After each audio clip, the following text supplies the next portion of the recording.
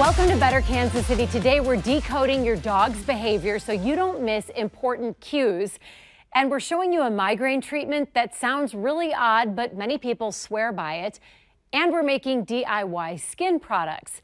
But first, your hormones and a woman who is shattering what she calls misconceptions, myths, and falsehoods about them. Joining us now is author, researcher, and professor Dr. Marty Hazelton to talk about her groundbreaking new book, which we have right here. It's titled Hormonal: The Hidden Intelligence of Hormones. Dr. Hazelton, thanks for being here. I am delighted to be here. One of the things that you address in the book, among so many important topics, is that when a woman does something that people don't understand or don't have an answer for, often it's blamed on hormones. But guys have hormones too, and we don't do that to men. Right. So, you know, would we ever use the word hormonal to describe a man? Or if we did, would it keep him out of the White House? Probably not.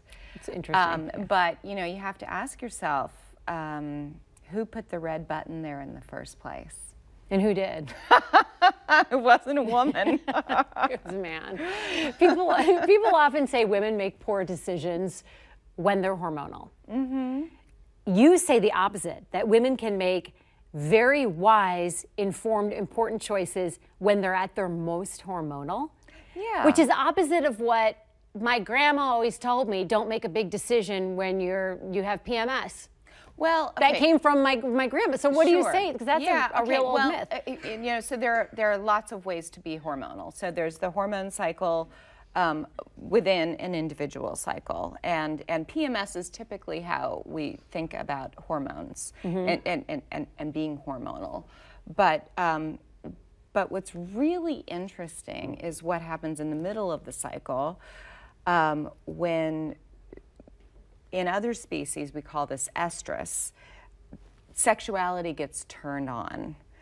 And we potentially shop around for the best mates under those circumstances. But then there are other hormone cycles. So when we get pregnant, people refer to this as pregnancy fog, you know, oh, I'm not thinking. But no, I don't think that that's the case. What do you think is happening when people talk about that? I think that we are sort of reallocating our psychological resources. We are rearranging our priorities in order to care for this new helpless being that is going to come into our lives. To protect them, you know, to eschew people who are not perhaps the best social partners in our lives, and to shore up our relationships with our mates. So that would go to what you were